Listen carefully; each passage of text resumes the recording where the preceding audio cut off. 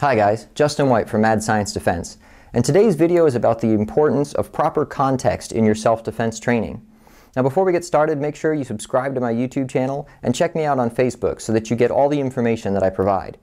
Now, what is context? Context is defined as the circumstances that form the setting for an event, a statement, or an idea, and in terms which it can be fully understood and assessed. Now, how does that relate to us? Well, let me tell you a story. Imagine yourself as a father whose daughter is just about to go out driving for the first time. She's going to be on her own in the car for the first time. You'd want her to know how to change a tire, right?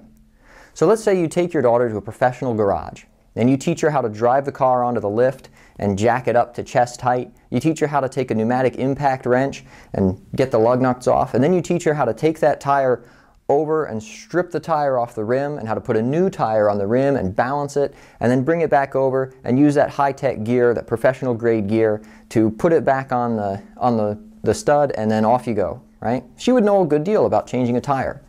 And then a week later, you get a phone call from your daughter.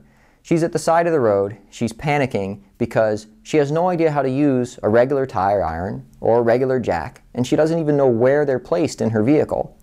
By training her for the tire change with gear she wouldn't have and in a setting that she was unlikely to encounter, you set her up for failure.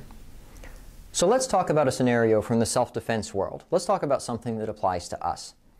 Let's say you're taking a course. You're getting some training, which is great, and you're going to a home defense carbine course. You're going to learn to use your rifle inside your house to defend yourself from that sudden attack, that moment when someone kicks in your door in the middle of the night and you're up in your bedroom and you realize you've got a problem that you have to deal with. If that kind of thing happens to you in the real world, what kind of equipment are you likely to have? Well, you're taking a rifle class, so I assume you're going to have your rifle. Now let's say you've thought a little bit ahead, and so you've made some preparations. So you have a bag as well. And in your bag you have some extra magazines, a med kit, and you have your phone, of course, there at the bedside at all times so that you can get some outside help when this happens. This is a reasonable setup to bring to a home defense carbine course. But it seems like if you talk to people that have been to these courses, maybe you've seen it yourself, you talk to people who teach these courses, it seems like way too often this is the guy that shows up.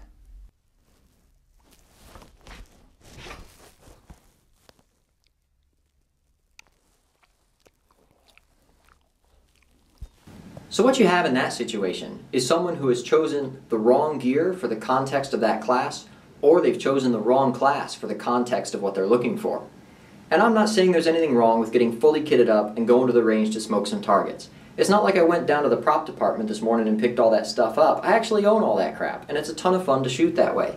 But when it comes to serious training for real-world violence, you owe it to yourself to get contextually accurate training. That means training for the threats you are most likely to face, using the tools you are most likely to have when that threat occurs. This is why context is a cornerstone concept of any self-defense training plan.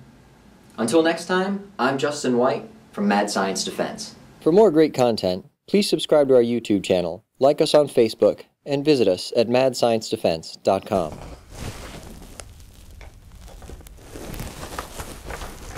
Fuck it.